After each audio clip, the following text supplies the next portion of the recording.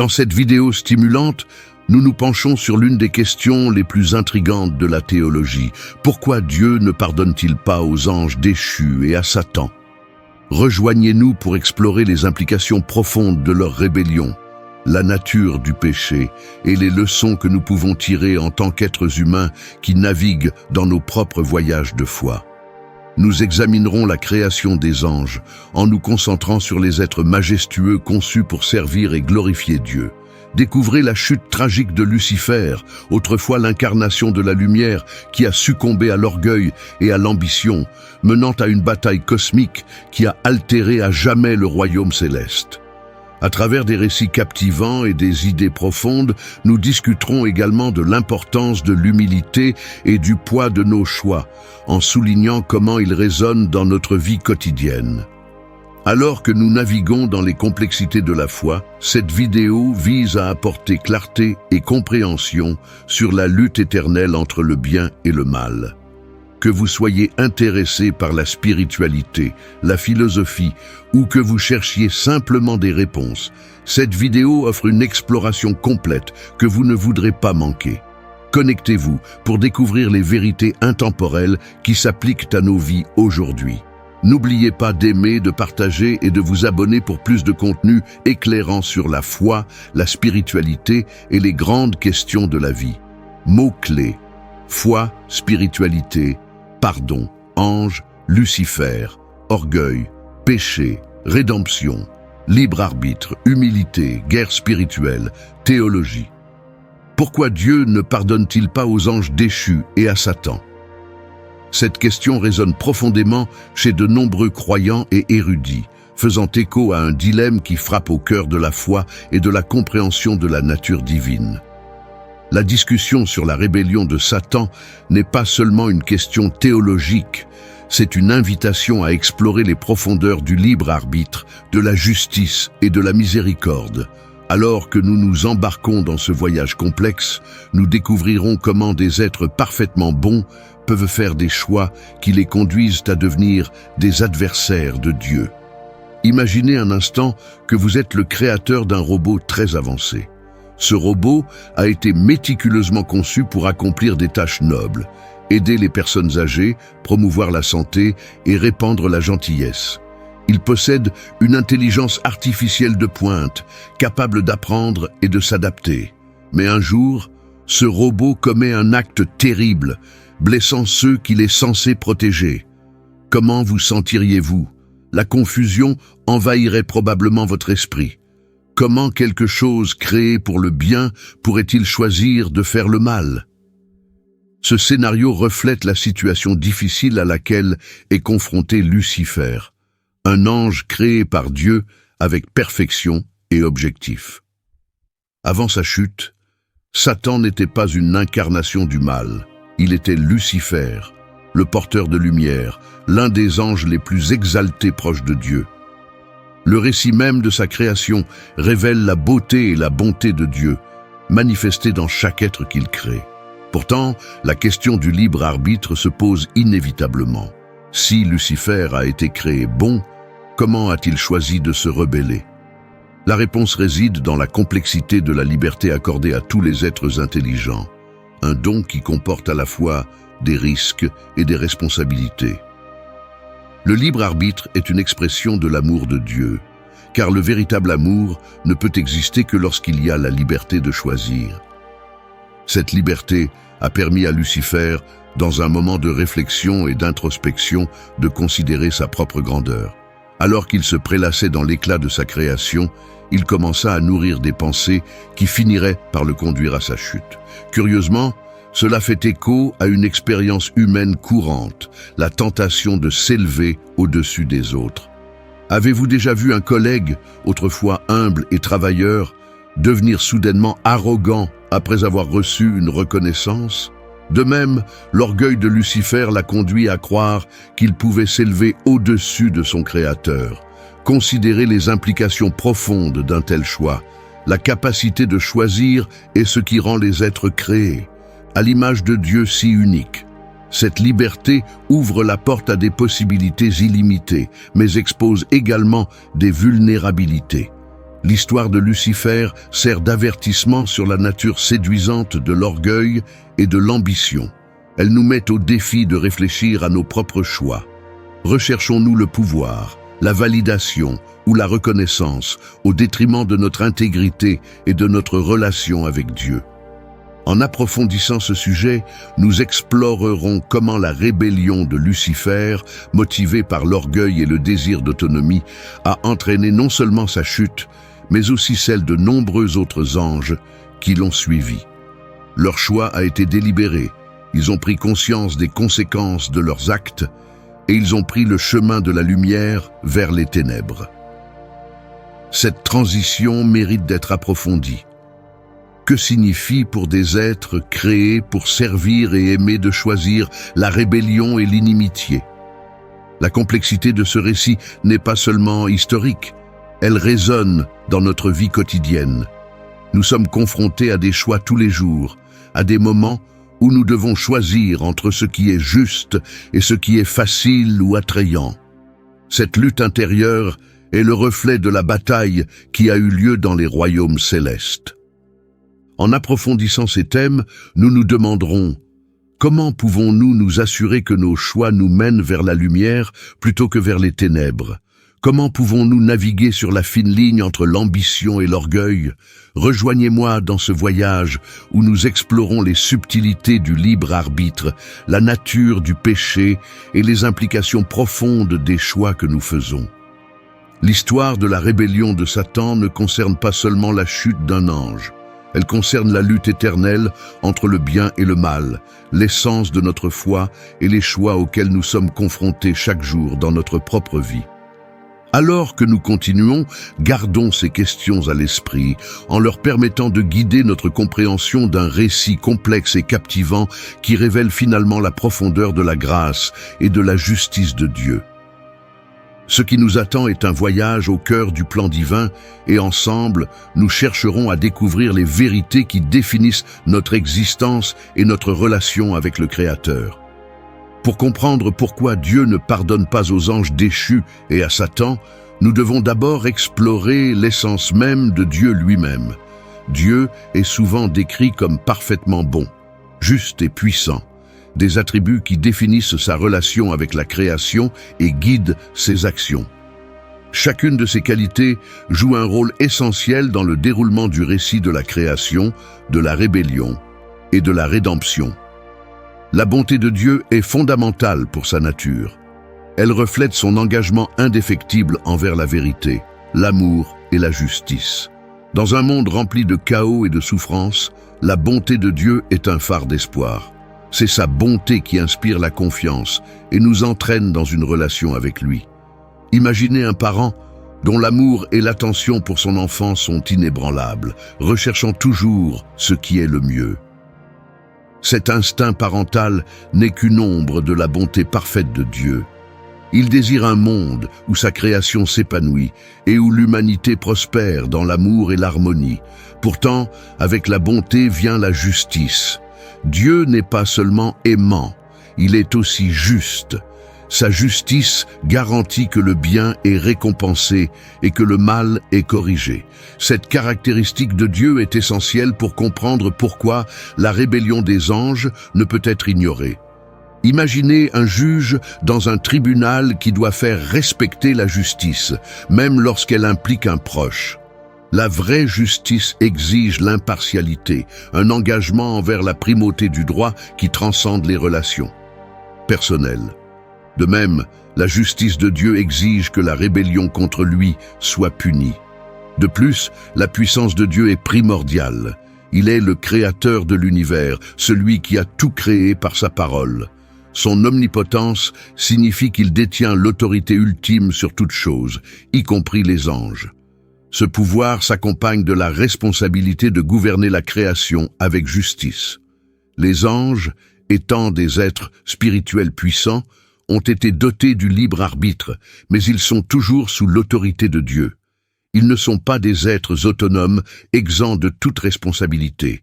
Ils existent dans le cadre de la volonté souveraine de Dieu. Lorsque nous contemplons la nature de Dieu, nous rencontrons une vérité profonde. Sa bonté, sa justice et sa puissance ne sont pas des attributs isolés, mais sont interconnectés et harmonieux. Par exemple, la justice de Dieu n'est pas froide ou punitive. Elle est enracinée dans sa bonté. Lorsqu'il discipline ou juge, c'est le reflet de son amour pour la justice et du désir de rétablir l'ordre et l'harmonie dans sa création. Maintenant, approfondissons les implications de cette nature lorsqu'il s'agit de la création des anges. Dieu a créé les anges comme des êtres de lumière et de beauté, conçus pour refléter sa gloire et servir ses desseins. Chaque ange a été conçu de manière unique avec la capacité de l'adorer et de le servir, occupant une place distincte dans la hiérarchie céleste. Ces anges n'étaient pas de simples automates. Ils possédaient l'intellect, l'émotion et la capacité de faire des choix, qui sont toutes des caractéristiques des êtres créés à l'image de Dieu. Avant leur rébellion, les anges comme Lucifer étaient des êtres puissants et rayonnants. Ils ont été créés pour être à proximité de Dieu, s'engager dans le culte divin et remplir des rôles importants dans le royaume céleste. Cependant, comme nous le savons d'après le récit, la beauté et le pouvoir dont ils étaient dotés s'accompagnaient d'un potentiel d'orgueil et d'ambition. Lucifer, qui était autrefois l'incarnation de la perfection, est devenu fasciné par son propre génie et a commencé à entretenir des pensées qui s'écartaient de son objectif initial. Cela nous ramène à la question centrale. Comment des êtres créés pour le bien peuvent-ils choisir de se retourner contre leur Créateur ? La réponse réside dans la compréhension que même dans leur perfection, les anges ont reçu le libre arbitre, la capacité de choisir leur chemin. Dans cette liberté réside la capacité à la fois de dévotion et de rébellion. La nature du libre arbitre permet un amour et une adoration authentiques, mais laisse également la porte ouverte au rejet et à la rébellion. En contemplant la nature de Dieu et la création des anges, nous commençons à voir le cadre dans lequel la rébellion de Satan et des anges déchus s'est produite. Leur choix n'a pas été fait par ignorance. Il s'agissait d'un rejet délibéré de la bonté et de l'autorité de Dieu. En poursuivant notre exploration de ce récit, nous devons garder à l'esprit que les actions de ces anges ont de profondes implications, non seulement pour eux-mêmes, mais aussi pour toute la création. Cette compréhension de la nature de Dieu pose les bases de notre exploration de la chute de Satan et des implications de sa rébellion. Elle ouvre la voie à un récit riche en leçons sur le pouvoir, l'orgueil et les choix qui définissent notre existence. Au fur et à mesure que nous avançons, plongeons au cœur de cette histoire, examinant comment la belle création des anges a été souillée par la rébellion et comment cette rébellion a eu un impact non seulement sur le royaume céleste, mais aussi sur le royaume terrestre que nous habitons. Pour saisir pleinement l'importance de la rébellion de Satan, nous devons d'abord comprendre la création des anges et leur objectif. Dans la vaste tapisserie de la création, les anges occupent une position unique, servant d'intermédiaire entre Dieu et l'humanité. Ce sont des êtres spirituels créés par Dieu, dotés de capacités remarquables et d'un objectif divin. Mais que sont exactement les anges et comment sont-ils venus à l'existence ? Les anges ont été créés par Dieu avant la fondation de la terre, avec un soin méticuleux et une intention profonde. Les Écritures révèlent qu'ils ont été formés pour être des messagers et des serviteurs, destinés à refléter la gloire de Dieu et à accomplir sa volonté divine. Chaque ange possède un rôle distinct au sein de la hiérarchie céleste, souvent classé dans différents ordres ou rangs, tels que les archanges, les séraphins et les chérubins. Cette hiérarchie souligne non seulement leurs diverses fonctions, mais aussi leur objectif de servir Dieu et de servir l'humanité. Considérez l'ampleur de leur création. La Bible déclare qu'il existe d'innombrables anges, dont le nombre se chiffre par millions. Cette multitude n'a pas été créée au hasard. Au contraire, chaque ange a été intentionnellement conçu avec des attributs uniques qui reflètent la créativité infinie de Dieu. La beauté et l'éclat de ces êtres célestes sont souvent soulignés dans les descriptions bibliques. Par exemple, les séraphins sont représentés avec 6 ailes, volant et proclamant la sainteté de Dieu, tandis que les chérubins sont souvent associés à la garde d'espaces sacrés comme l'entrée du jardin d'Éden. Avant leur rébellion, les anges comme Lucifer occupaient des postes de grand honneur et d'autorité. Lucifer a été créé comme un être beau et puissant, souvent appelé l'étoile du matin. Il occupait une position de haut rang parmi les anges, servant directement en présence de Dieu. Son nom, qui signifie « porteur de lumière », symbolise la pureté et l'éclat avec lesquels il a été créé.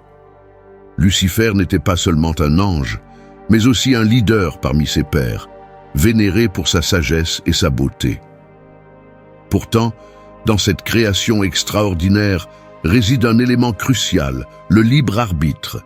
Les anges n'étaient pas programmés pour obéir aveuglément. Ils étaient dotés de la capacité de choisir. Cette liberté était essentielle pour un culte et un amour authentique, car la véritable dévotion ne peut exister sans la capacité de décider. Les anges, y compris Lucifer, ont reçu le privilège du libre arbitre, leur permettant de servir Dieu par amour plutôt que par contrainte. Cet aspect de leur nature s'est avéré être à la fois une bénédiction et une source potentielle de tragédie. Lorsque nous réfléchissons à la création des anges, il est essentiel de reconnaître la responsabilité qui accompagnait leur libre arbitre. La capacité de choisir a donné naissance à un potentiel d'orgueil et d'ambition. Lucifer, dans sa perfection, a commencé à entretenir des pensées de grandeur qui s'écartaient de son objectif initial. Il s'émerveillait de sa propre beauté et de sa sagesse, et cette admiration de soi a déclenché un désir de quelque chose de plus, une aspiration à s'élever à un niveau égal ou même supérieur à celui de Dieu. Ce conflit intérieur reflétait une expérience humaine courante. Avez-vous déjà vu quelqu'un réussir et constater à quel point cela le changeait ? L'attrait du pouvoir et de la reconnaissance peut être enivrant, brouillant les frontières entre l'humilité et l'orgueil. De même, le parcours de Lucifer, d'un serviteur de confiance à un adversaire rebelle, illustre comment les dons mêmes que Dieu accorde peuvent être déformés entre les mains de ceux qui perdent de vue leur véritable objectif. Au fil de l'histoire, nous voyons le tournant où le désir d'autonomie et de suprématie de Lucifer le conduit à faire un choix monumental, un choix qui modifierait à jamais le cours du royaume céleste. Sa rébellion n'était pas un acte impulsif. Il s'agit d'une décision délibérée, prise en pleine conscience des conséquences. Ce moment crucial nous rappelle l'importance de nos propres choix et l'impact qu'ils peuvent avoir sur nos vies et nos relations. En comprenant la création des anges, nous commençons à voir la conception complexe du plan de Dieu et les profondes implications du libre arbitre. La beauté de la création s'accompagne du poids de la responsabilité. Au fur et à mesure que nous poursuivons notre exploration, nous approfondirons les événements qui ont suivi la rébellion de Lucifer et les conséquences qui se répercuteront à travers l'éternité.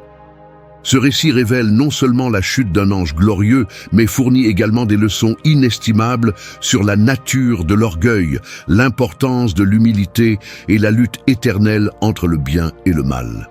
Au fil de notre voyage, réfléchissons aux choix que nous faisons et à leur importance dans notre relation avec Dieu et les uns avec les autres. En explorant le récit de la chute de Satan, nous rencontrons une transformation profonde et tragique. Autrefois l'ange radieux et estimé connu sous le nom de Lucifer, il est devenu l'incarnation de la rébellion contre Dieu. Ce changement radical de la lumière vers les ténèbres a non seulement changé son identité, mais a également altéré la structure même du royaume spirituel.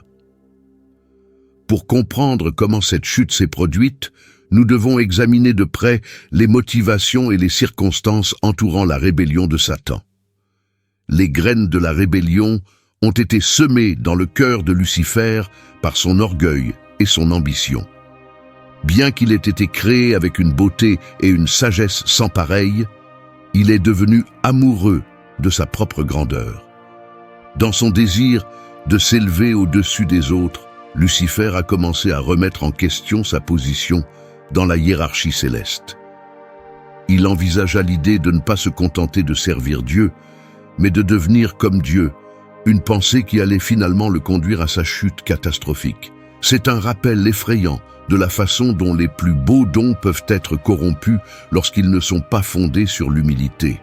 Le tournant de la rébellion de Lucifer est capturé dans les passages prophétiques d'Isaïe et d'Ézéchiel, qui donnent un aperçu de son trouble intérieur.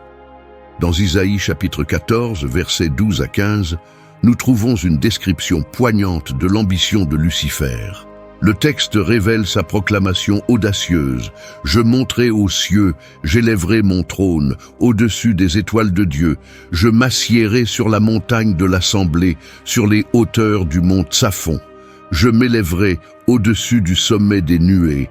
Je me rendrai semblable au Très-Haut. » Cette déclaration d'indépendance illustre la profondeur de sa rébellion, une décision consciente d'usurper l'autorité de Dieu. Le désir de Lucifer d'être l'égal de Dieu n'a pas seulement mis en évidence son orgueil, mais aussi démontré une profonde incompréhension de l'ordre divin. Il croyait qu'en s'élevant, il pourrait atteindre un statut comparable au Créateur.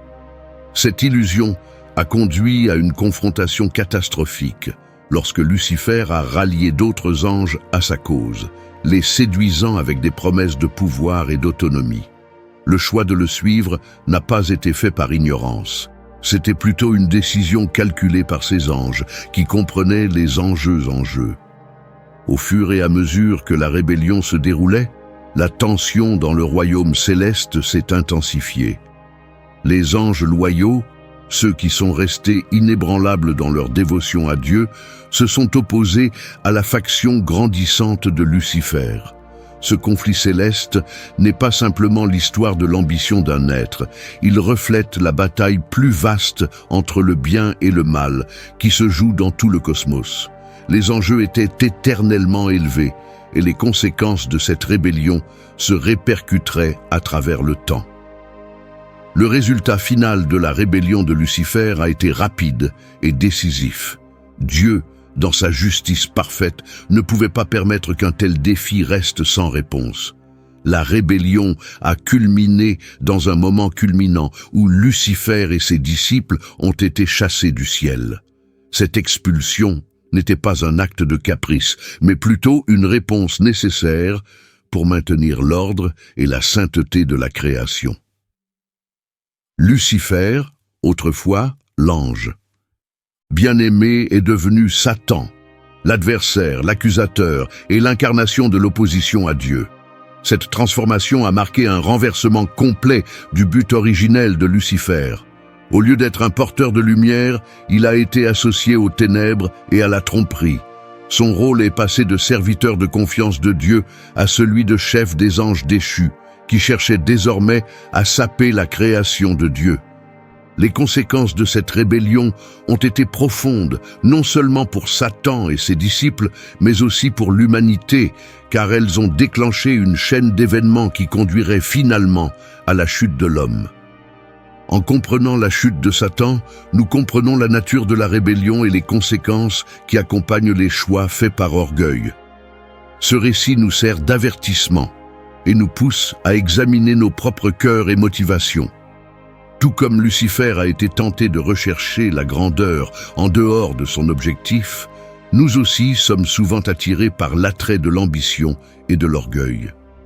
L'histoire de la chute de Satan nous rappelle l'importance de l'humilité et la nécessité de rester ancrés dans notre relation avec Dieu. Au fur et à mesure que nous poursuivons notre exploration, nous nous plongerons dans la nature du péché et ses implications, en cherchant à comprendre comment les choix faits dans le royaume céleste résonnent avec nos propres vies aujourd'hui.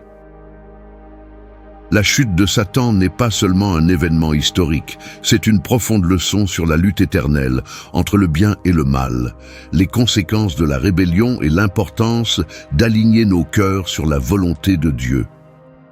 Réfléchissons à ces thèmes alors que nous approfondissons ce récit captivant. Pour comprendre les implications de la rébellion de Satan, nous devons explorer le concept du péché et sa nature, en particulier dans le contexte des êtres angéliques.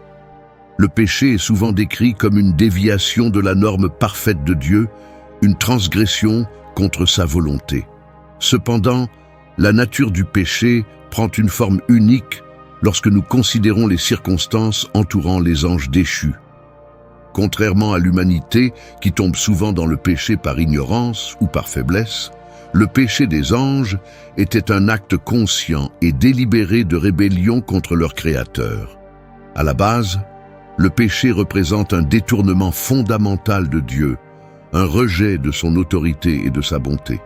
Lorsque Lucifer a choisi de se rebeller, il n'a pas simplement fait une erreur, il a volontairement tourné le dos à la source même de son existence. Ce choix conscient distingue la rébellion de Satan et des anges déchus des péchés commis par l'humanité. Alors que les humains luttent souvent contre la tentation et peuvent pécher par faiblesse ou par manque de compréhension, les anges ont agi en pleine connaissance des conséquences de leurs décisions. Considérez le poids de cette distinction. Lorsqu'un individu commet un péché, il a souvent l'occasion de se repentir et de se réconcilier. Les êtres humains, créés avec la capacité de grandir et de changer, peuvent apprendre de leurs erreurs. La capacité de reconnaître ses torts, d'éprouver des remords et de demander pardon est un aspect fondamental de l'expérience humaine. Cependant, pour les anges déchus, y compris Satan, cette voie vers la repentance est irrévocablement fermée. Leur péché était un acte de rébellion définitif, marqué par une décision consciente de s'opposer à Dieu. Et en tant que tel, il porte un poids de finalité. Les Écritures nous donnent un aperçu de cette profonde réalité. Dans 2 Pierre chapitre 2 verset 4, nous lisons que Dieu n'a pas épargné les anges quand ils ont péché, mais il les a jetés dans la géhenne, les mettant dans les chaînes des ténèbres pour être jugés.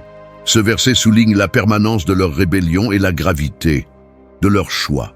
Contrairement à l'humanité, dont les péchés peuvent souvent provenir de l'ignorance ou de l'incompréhension, les anges ont pris une décision pleinement éclairée de rejeter Dieu. Leur rébellion était un acte calculé contre l'essence même de l'autorité divine, rendant leur péché irrécupérable. De plus, cette distinction soulève des questions essentielles sur la nature de la justice divine. La justice de Dieu exige que l'on rende compte de ses actes, et la rébellion des anges déchus représente un profond défi à l'ordre établi par Dieu. Sa sainteté ne peut tolérer le péché, surtout lorsqu'il émane d'êtres créés pour le servir et l'honorer. Le choix conscient des anges déchus de pécher contre Dieu était un défi direct à sa souveraineté et à sa bonté, ce qui a entraîné leur séparation immédiate de sa grâce.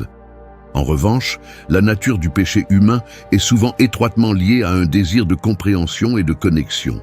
Lorsqu'une personne pêche, cela peut provenir d'un moment de faiblesse ou d'une croyance erronée. C'est là que la grâce de Dieu brille, car il accorde le pardon à ceux qui le recherchent sincèrement. Le récit rédempteur, offert à l'humanité par Jésus-Christ, est un témoignage de l'amour et de la miséricorde de Dieu, illustrant son désir de restaurer les relations qui ont été brisées par le péché. Cependant, pour les anges déchus, cette possibilité de rédemption est inexistante, car leur rébellion était un rejet total de l'autorité de Dieu, exécuté en pleine conscience et avec une intention. Les conséquences de leur péché vont au-delà de leur punition immédiate. La chute de Satan et des autres anges a introduit le chaos dans l'ordre créé, affectant non seulement le royaume céleste, mais aussi le royaume terrestre. Leur rébellion a ouvert la voie à la tentation et au péché, qui ont conduit à la chute finale de l'humanité dans le jardin d'Éden. Cet effet d'entraînement montre comment les choix d'un être peuvent avoir de profondes implications pour toute la création. En réfléchissant à la nature du péché dans ce contexte, nous nous rappelons l'importance de nos propres choix. L'histoire des anges déchus sert d'avertissement contre l'orgueil, l'ambition et l'attrait de l'autonomie. Elle nous met au défi de rester vigilants dans notre foi et de rechercher l'alignement avec la volonté de Dieu. Bien que nous ayons la capacité de choisir, nous devons également reconnaître la responsabilité qui accompagne cette liberté.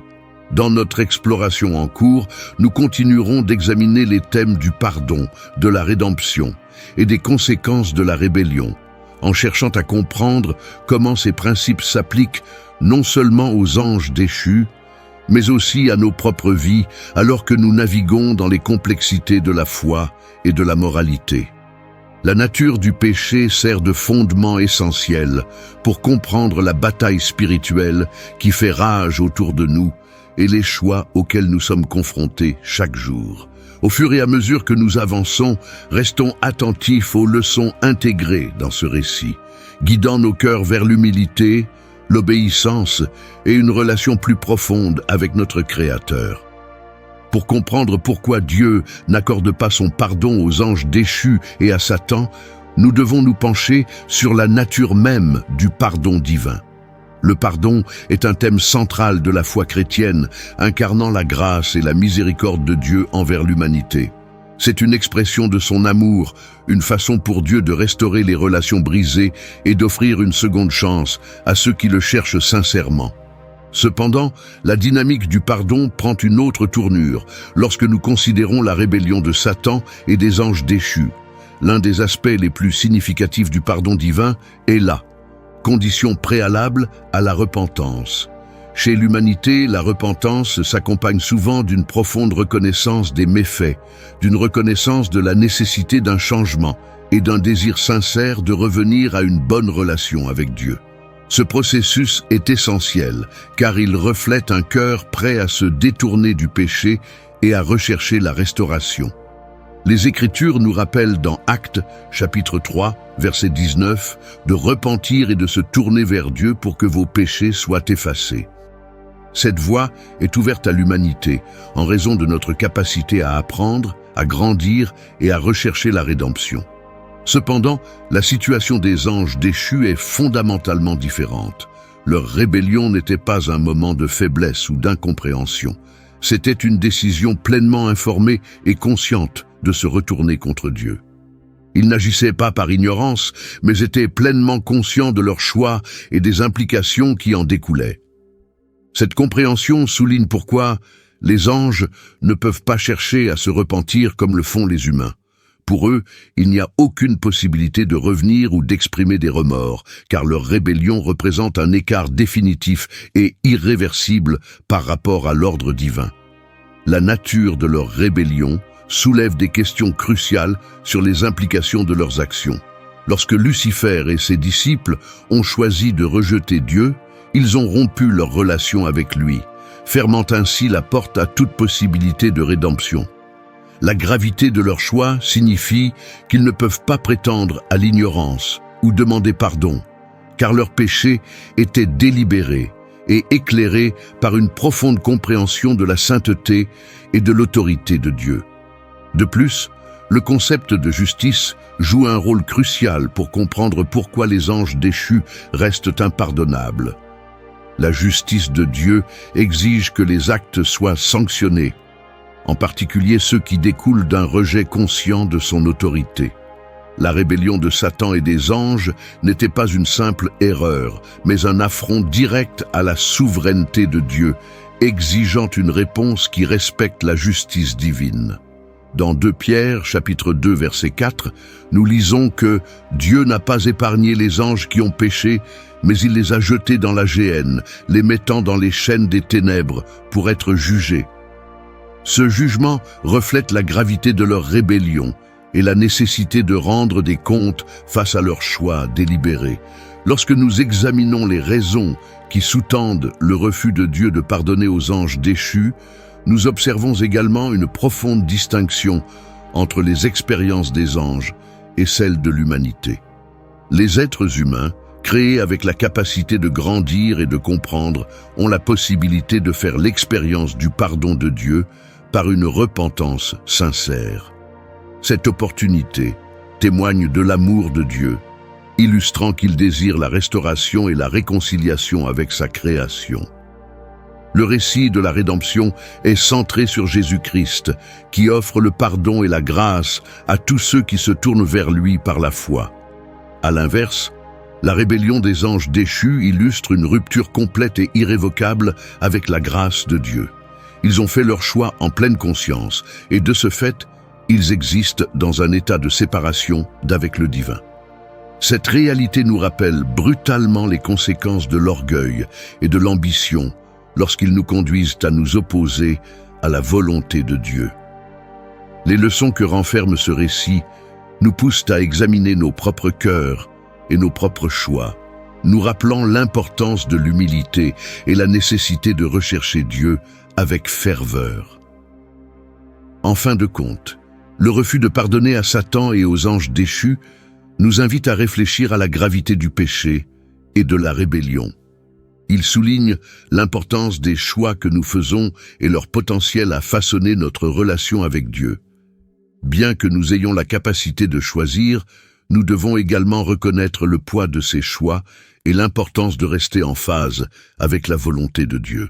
En continuant à explorer les implications de ce récit, nous approfondirons les conséquences de la rébellion des anges et les leçons que nous pouvons tirer de leur histoire. La dynamique du pardon divin révèle non seulement la profondeur de la grâce de Dieu, mais aussi la gravité du péché et la réalité de la justice. Poursuivons ces thèmes en parcourant les complexités de la foi, en cherchant à comprendre comment nos choix reflètent notre engagement envers Dieu et notre désir de vivre en accord avec ses desseins. Les conséquences de la rébellion de Satan et des anges déchus sont profondes. Elles se répercutent dans tout le monde spirituel et ont un impact sur l'humanité que nous continuons à affronter aujourd'hui. Ce conflit céleste ne s'est pas produit de manière isolée. Il a déclenché une série d'événements qui auraient des implications de grande portée pour l'ensemble de l'ordre créé. Il est essentiel de comprendre ces conséquences pour saisir la gravité de la rébellion et la lutte continue entre le bien et le mal. Tout d'abord, l'expulsion de Satan et de ses partisans du ciel a marqué un changement définitif dans la hiérarchie céleste. Autrefois, serviteurs de confiance de Dieu, ces anges sont devenus des adversaires, séparés pour toujours de la présence divine dont ils avaient autrefois bénéficié. Les Écritures décrivent cette expulsion de manière vivante, illustrant la transition dramatique de la lumière aux ténèbres. Dans Apocalypse, chapitre 12, versets 7 à 9, nous voyons une description de cette bataille cosmique. Il y eut guerre dans le ciel. Michel et ses anges combattirent contre le dragon, et le dragon et ses anges combattirent, mais il ne fut pas assez fort, et ils perdirent leur place dans le ciel. Le grand dragon fut précipité, ce serpent ancien appelé le diable ou Satan, qui égare le monde entier. Il fut précipité sur la terre, et ses anges avec lui. Cette image saisissante saisit l'intensité de la rébellion et les conséquences irréversibles du choix de Satan. La chute de Satan et des anges déchus a non seulement entraîné leur séparation d'avec Dieu, mais a également inauguré une nouvelle réalité pour l'humanité. Par leur rébellion, ils sont devenus les architectes de la tentation et de la tromperie, cherchant à éloigner l'humanité de la vérité de Dieu. Ce changement est particulièrement évident dans le Jardin d'Éden, où Satan, sous la forme d'un serpent, a tenté Adam et Ève, les incitant à désobéir aux commandements de Dieu. Leur choix de succomber à la tentation a déclenché une cascade de péchés et de bris qui continue d'affecter l'humanité aujourd'hui. Les conséquences de ce péché originel ont été dévastatrices. La relation entre l'humanité et Dieu a été brisée, introduisant la mort, la souffrance et la séparation de la grâce divine. La création autrefois parfaite a été gâchée par le péché et les ramifications du choix d'Adam et Ève s'étendent sur plusieurs générations. L'apôtre Paul souligne ce lien dans Romains, chapitre 5, verset 12, en déclarant que « Comme par un seul homme le péché est entré dans le monde, et par le péché la mort, ainsi la mort a atteint tous les hommes, parce que tous ont péché. » Cette vérité fondamentale met en évidence comment la rébellion d'un être peut avoir un impact profond sur toute la création. De plus, la rébellion de Satan et des anges déchus illustre la bataille spirituelle en cours qui continue de se dérouler autour de nous. L'adversaire cherche à saper les desseins de Dieu et à entraîner l'humanité dans les ténèbres. Dans Éphésiens, chapitre 6, verset 12, on nous rappelle la nature de cette bataille. Car nous n'avons pas à lutter contre la chair et le sang, mais contre les dominations, contre les autorités, contre les princes de ce monde de ténèbres, contre les esprits méchants dans les lieux célestes. Ce verset souligne que les conséquences de la rébellion s'étendent au-delà du royaume céleste. Les anges déchus, aujourd'hui connus sous le nom de démons, s'opposent activement au plan de Dieu et éloignent les individus de la vérité. Ils exploitent les vulnérabilités, sèment la discorde et perpétuent le péché tout en se faisant passer pour des agents de lumière. Cette réalité nous rappelle l'importance de la vigilance dans notre vie spirituelle. Les conséquences de la rébellion ne sont pas seulement historiques. Elles sont profondément pertinentes lorsque nous naviguons dans nos propres choix et dans les tentations que nous rencontrons. Malgré les conséquences désastreuses de la rébellion, le récit n'est pas sans espoir. La réponse de Dieu au péché et à la rébellion est enracinée dans son amour inébranlable et son désir de restauration. Tout au long de l'histoire, il a fourni des voies de rédemption et de réconciliation. La promesse du salut par Jésus-Christ offre à l'humanité un chemin de retour vers le Père, illustrant que même si les conséquences du péché sont graves, l'opportunité de pardon et de renouveau reste disponible. En réfléchissant aux conséquences de la rébellion de Satan et des anges déchus, nous sommes appelés à considérer nos propres choix et l'impact qu'ils ont sur nos vies et sur ceux qui nous entourent. Cette histoire sert de mise en garde contre les dangers de l'orgueil et de l'ambition, nous poussant à rechercher l'humilité et la dépendance envers Dieu. Les leçons contenues dans ce récit nous rappellent que nos choix ont du poids et de l'importance, non seulement pour nous-mêmes, mais aussi pour la communauté au sens large.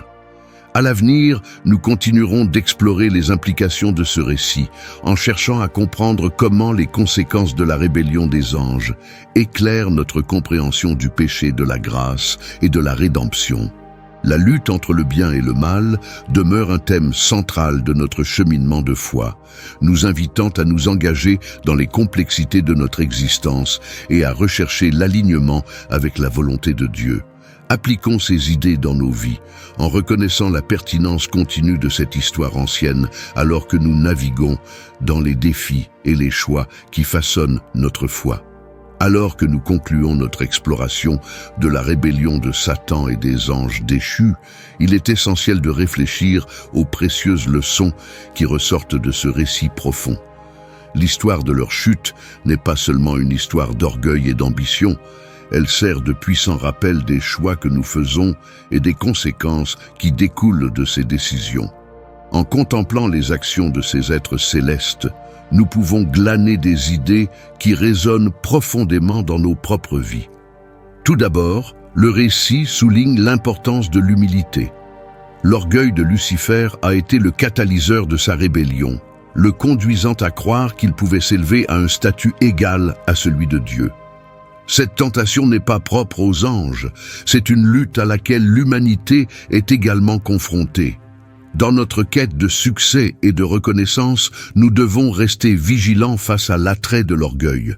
Il est essentiel de nous rappeler de rester ancrés dans notre objectif et de reconnaître notre dépendance à Dieu. L'humilité ouvre la porte à une adoration et une connexion authentique avec notre Créateur, tandis que l'orgueil mène à la séparation et à la destruction. Deuxièmement, l'histoire souligne l'importance de nos choix. Chaque décision que nous prenons a du poids et peut avoir un impact non seulement sur notre vie, mais aussi sur celle de ceux qui nous entourent. Tout comme la rébellion d'un ange a entraîné la chute de plusieurs, nos actions peuvent avoir des conséquences de grande portée. Il est essentiel d'aborder nos choix avec discernement et de rechercher la direction de Dieu dans notre vie quotidienne. Les décisions que nous prenons, aussi petites soient-elles, contribuent au récit plus vaste de notre existence et façonnent nos relations avec les autres et avec Dieu. De plus, la rébellion des anges déchus nous rappelle brutalement la réalité de la guerre spirituelle. Alors que nous naviguons dans nos vies, nous devons reconnaître la présence de forces qui cherchent à nous égarer. Les Écritures nous rappellent que notre lutte n'est pas contre la chair et le sang, mais contre les forces spirituelles du mal dans les royaumes célestes. La prise de conscience de cette bataille nous encourage à cultiver une vie spirituelle robuste, à nous équiper de l'armure de Dieu et à rester inébranlables dans notre foi. Par la prière, l'étude de la parole et le soutien de la communauté, nous pouvons renforcer notre détermination à résister à la tentation et à rester fermes dans notre engagement envers Dieu. Le récit offre également de l'espoir. Alors que les anges déchus font face aux conséquences de leur rébellion, la grâce de Dieu s'étend à l'humanité par Jésus-Christ. L'opportunité de la rédemption témoigne de l'amour inébranlable de Dieu.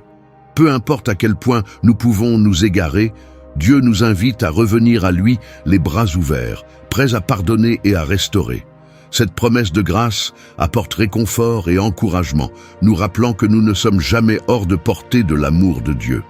En réfléchissant à ces leçons, nous devons également reconnaître la complexité de notre cheminement de foi. L'histoire des anges déchus nous met au défi de nous engager profondément dans nos croyances et de lutter avec les réalités du péché, du choix et des conséquences. Elle nous invite à rechercher une relation avec Dieu qui ne consiste pas seulement à éviter le péché, mais aussi à poursuivre une vie pleine de sens, d'amour et de service. Pour conclure, je tiens à exprimer ma gratitude pour cette opportunité d'explorer un récit aussi significatif et stimulant. Les idées que nous avons découvertes nous rappellent l'importance de l'humilité, le poids de nos choix, la réalité du combat spirituel et l'espoir trouvé dans la grâce de Dieu. Puissions-nous appliquer ces leçons dans notre vie quotidienne, en nous efforçant de vivre en accord avec la volonté de Dieu et en acceptant l'amour et le pardon qu'il offre. Merci de m'accompagner dans ce voyage. Que Dieu vous bénisse abondamment alors que vous cherchez à grandir dans la foi et la compréhension, et que vous vous souveniez toujours des leçons tirées de l'histoire des anges déchus. Avançons ensemble, engagés à vivre des vies qui reflètent sa lumière et son amour, dans un monde qui en a si désespérément besoin.